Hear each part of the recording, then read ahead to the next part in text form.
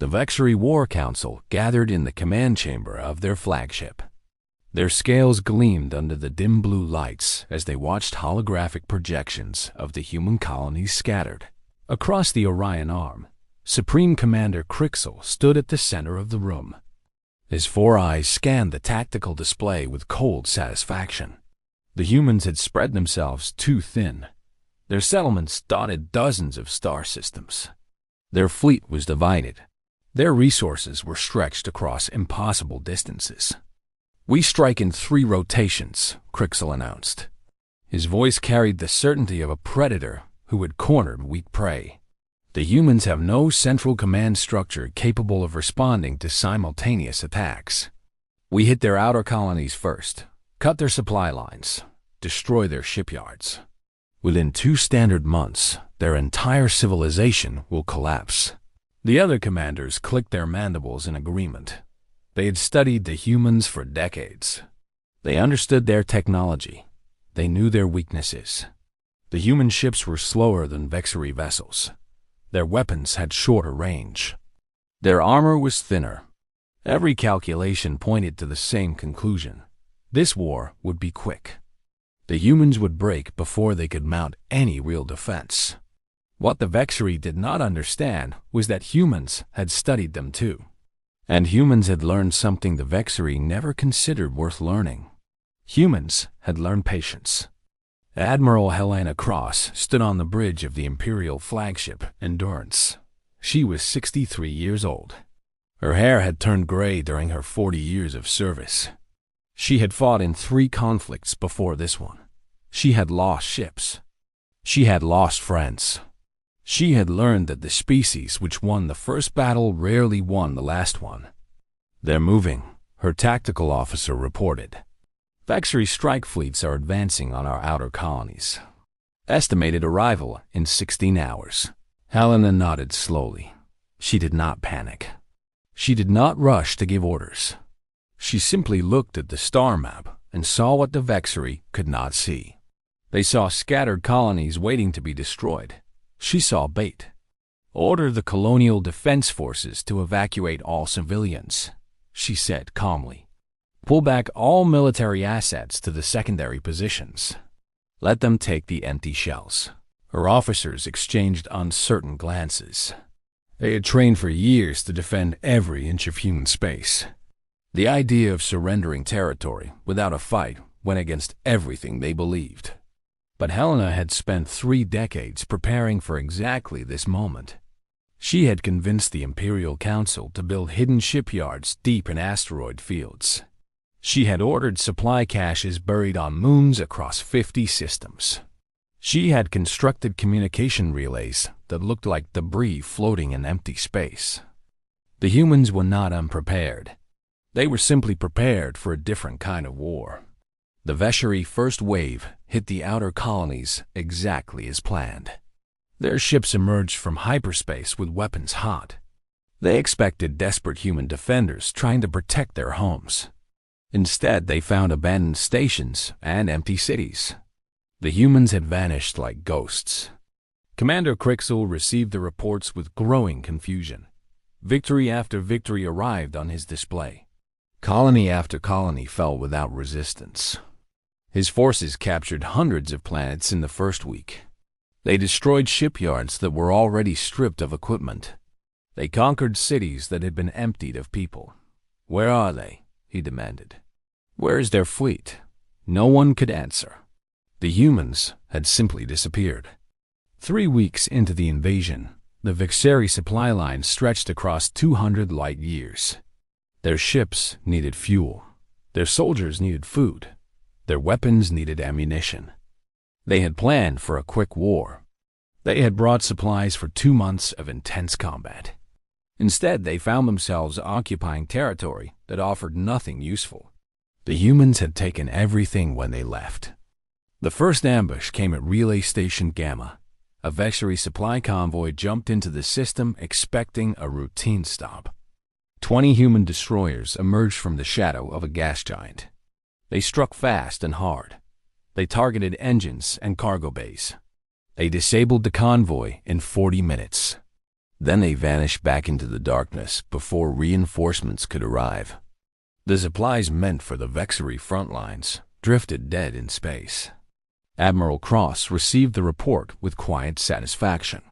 She stood in a converted asteroid base, 300 light-years from the nearest Vexery position. Around her, technicians monitored communications from across human space. She knew where every enemy ship was located. She knew their patrol schedules. She knew their weaknesses. Phase 2, she ordered. Begin harassment operations across all sectors. The human fleet did not engage in large battles. They did not try to reclaim lost territory. They simply made every Vexery movement a nightmare. Supply ships disappeared. Scout vessels never returned from patrol. Communication satellites went dark. Mining operations found their equipment sabotaged. The Vexery had expected glorious combat. Instead, they found an enemy they could not pin down. An enemy that struck from shadows and vanished before they could respond. An enemy that seemed to be everywhere and nowhere at the same time. Commander Crixel grew desperate. He ordered his fleets to consolidate. He pulled back from the most distant conquests. He tried to create secure zones where his forces could resupply safely. But the humans had learned to read Vexery communications. They knew about the consolidation before it happened. When the Vexery Third Fleet gathered at Nexer Prime for reorganization, they found the system's sun surrounded by automated weapons platforms. The platforms had been placed years ago. They had drifted silently in the corona's heat, waiting. When the Vexery fleet settled into orbit for repairs, the platforms activated.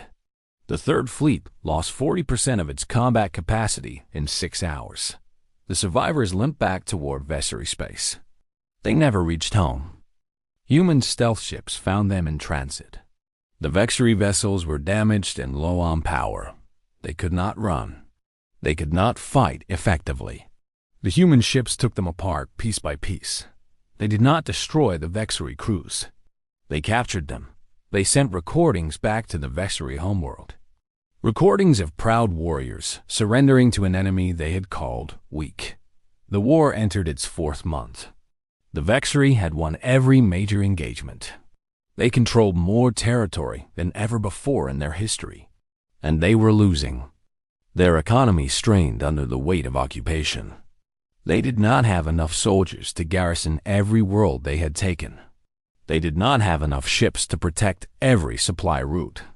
They did not have enough resources to continue a war that had no clear enemy to fight. Helena Cross watched the reports flow in. Vexery morale was collapsing. Their government faced protests from citizens who did not understand why victory felt so much like defeat. Their military command structure had fractured. Different factions blamed each other for the endless failures. They wanted a sprint, Helena told her officers.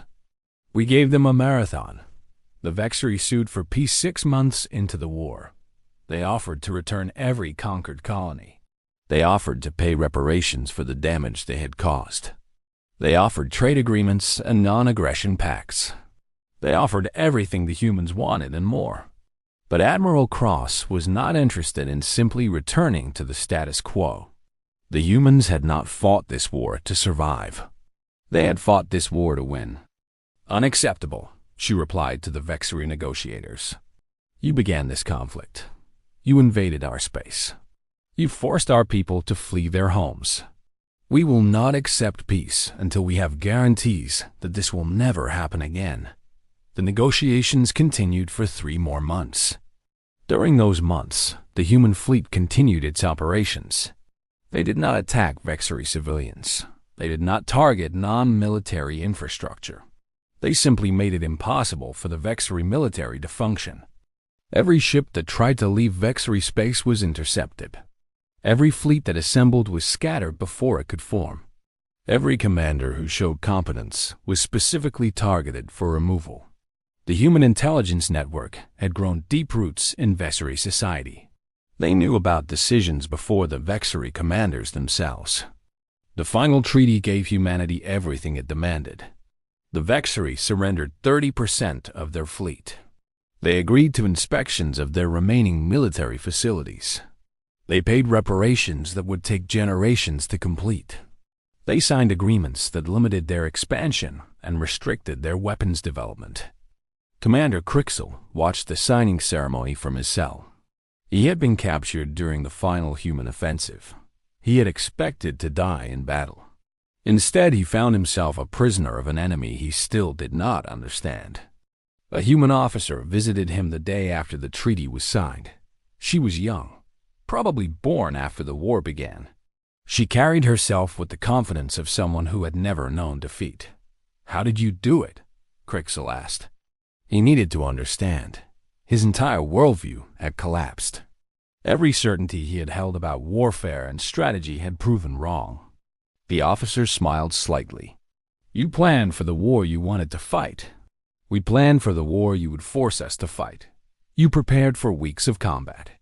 We prepared for years of resistance. You expected us to break when you took our homes. We expected you to overextend when we let you have them." Crixel stared at her. "You let us win. We let you think you were winning," she corrected. "There's a difference. You took territory. We took your ability to hold it. You won battles.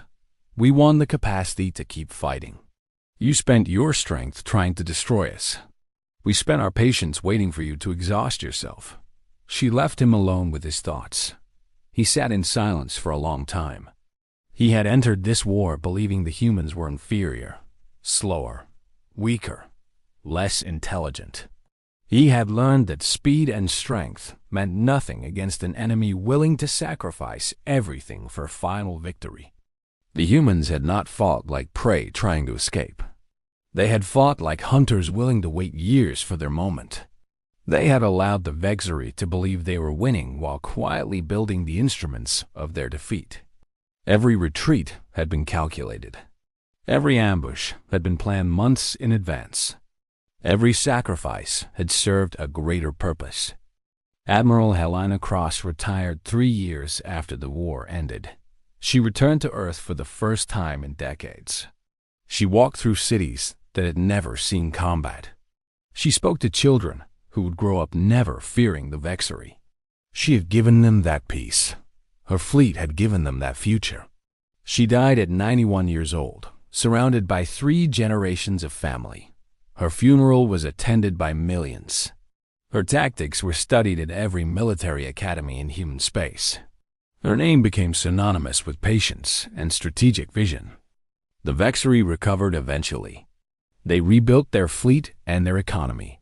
But they never forgot the lesson the humans had taught them. Some enemies could be conquered quickly. Others had to be respected. Humanity had proven itself to be the second kind. And the galaxy had taken notice.